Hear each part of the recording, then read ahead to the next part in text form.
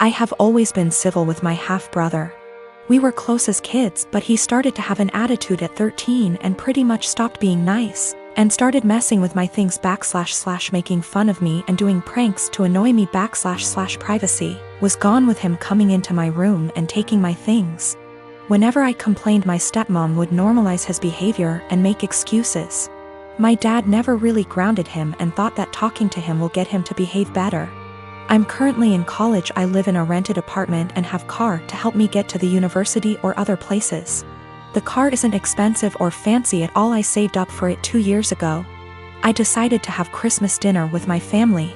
It's the perfect opportunity to be with family since I haven't seen my dad in a while. I arrived at my dad's house and left my purse and my keys on the kitchen island after my stepmom told me to help with dinner. My half-brother started talking about my car in the kitchen while my stepmom was listening and asked if he could take it for a couple of hours to hang out with friends. I politely told him no. He threw a fit and brought up how I needed to relax and not worry, but my answer was still the same. While we were sitting at the dinner table, my half-brother got up, washed his hands, and I thought he went outside. I got busy talking to my dad, and after I got up to wash my hands, I noticed my car keys weren't there.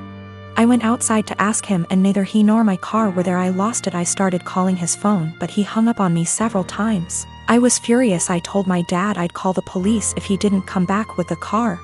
My stepmom jumped to defend him and said I was being unreasonable to call the police. I called him one last time, then I called the police. My stepmom freaked out when my half-brother got picked up by the police. She told me to go explain the situation to the authorities, otherwise he'd spend the night in jail. But I refused, especially since I still hadn't got my car back. Stepmom yelled that I ruined dinner and that it was no big deal. He was going to return it after borrowing it from me, but he didn't really borrow it, and she heard me say no. I don't know what she told the police, but I didn't give permission to use the car. My stepmom's side of family are mad at me for doing this to my brother and hinted that I don't consider him family. My dad's side of family sided with me, saying he deserved it. My dad said I overreacted and I shouldn't have called the police when he disappeared for 4 hours. I talked to the police about what happened, and I learned later that my stepmom said that her son was allowed to borrow it, and that it was a misunderstanding. I wasn't going to let her continue to lie, but my dad told me to back off and let it go. This really upset me. My half-brother wasn't even berated the way I was by the family. I'm currently working part-time at a restaurant on my university's campus. I mostly work shifts with this one girl, we'll call her Anna, who is all for the body positivity movement. She embraces her body type and regularly posts inspiring quotes or images on her social media accounts. Personally, I have nothing against this at all. I am also in full support of treating and accepting everyone no matter their body type. However, I do believe that everyone should be healthy, eating right, exercising, taking care of their mental health, etc. Or at least attempting to be. I don't support those who use the body positivity movement as a cloak to shield and justify their unhealthy and damaging behaviors. However, despite being a supporter, Anna regularly comments on my body type. For example, I always bring food for my shifts since I personally think the food there is not the healthiest: burgers, fries, more fried food, etc. Anna will often say things like, "You should eat a burger, you could use a few extra pounds, honey." Or, "You look skinnier than last week. I told you to stop eating salads every day." She'll sometimes even feign concern for me and ask me in private if I was struggling with my weight, and then proceed to tell me that I look way too skinny to be healthy. One time I was changing into my work shirt in the back and Anna saw my stomach and commented that my stomach was starting to look like a man's. I have no idea what that even means, but I doubt it was a compliment. These hypocritical comments have pissed me off. I enjoy eating healthy and cooking my own meals, and I enjoy working out and staying toned. Anna, on the other hand, gorges herself on the food in our restaurant, drinks about 3 cans of Coke per shift, and does not work out. I don't think this is healthy. Finally, during yesterday's shift, this guy I kinda like came in to get some food, and I was super excited to see him. He turned out to be a bit cold towards me, and the whole event was a bit anticlimactic. Oh well. Anna witnessed the whole thing, and after he left, she said, "Maybe he's into Kuvya girls." I basically blew up at her and called her out for all of her hypocrisy. I asked how she could call herself a supporter of body positivity when she regularly shamed my body. Then I told her that she was unhealthy in many ways. I called her out on her eating habits. Bitter and jealous of others who are in control of their health and bodies, and deluded for believing that she is healthy and fit. She called me insecure and told me I was being rude. It was reaching the end of our shift, so I clocked out early and left so I didn't have to argue with her more. I was mad for a bit and told one of my best friends. She said that I was right and all, but that I was insensitive in the way I brought it up and suggested that I apologize. I'm standing my ground but want to hear other opinions as well. My dad practically gave me up to his sister from the moment I was born. My mom died when she was giving birth to me. And my aunt told me he never recovered from that because he blamed me for her dying. It hurt a lot as a kid that at family events he would ignore my existence. When I was a little older, he got more vocal about me killing her, and he can't stand to look at my face.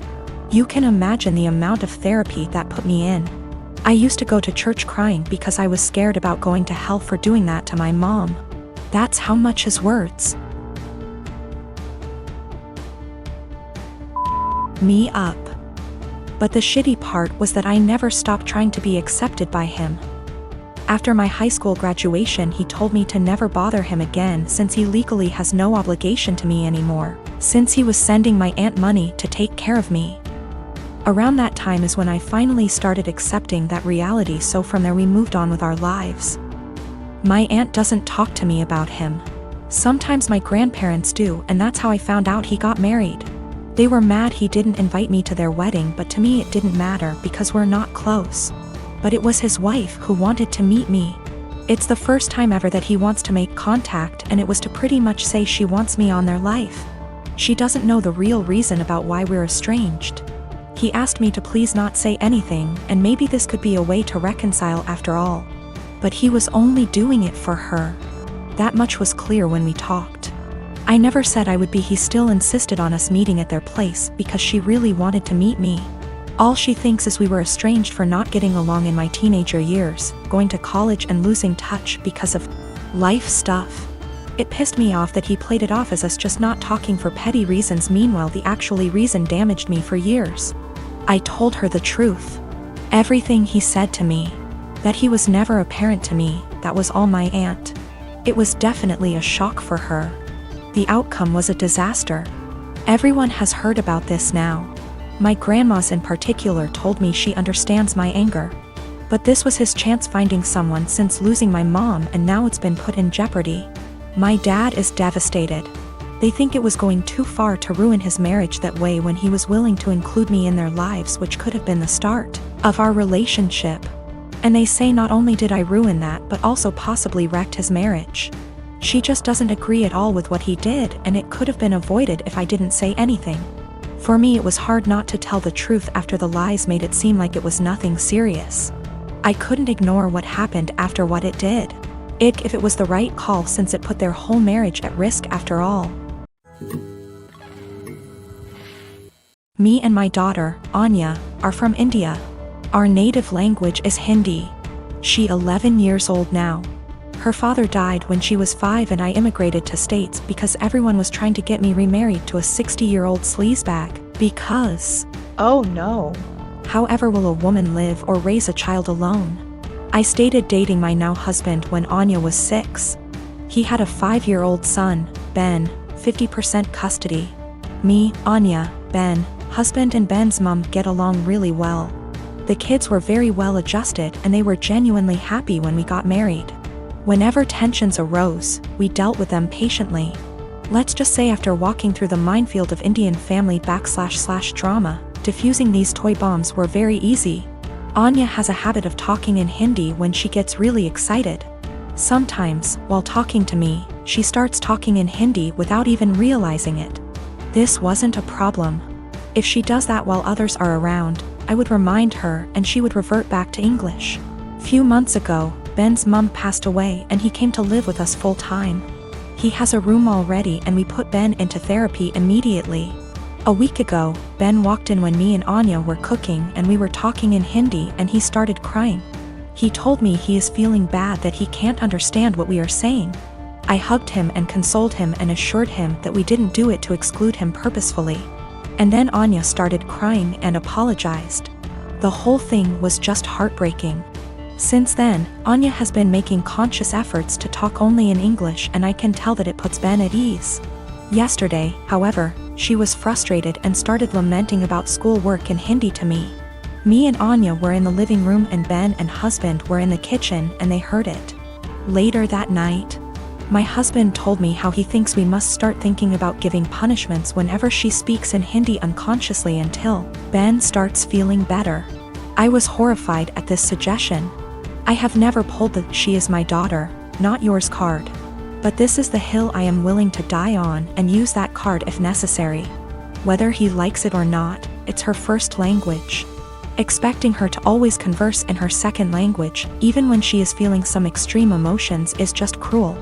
Especially after she is genuinely making an effort to make Ben feel more comfortable. It's almost like punishing for her heritage or for her being Indian. Of course, this is a huge point of conflict between me and my husband.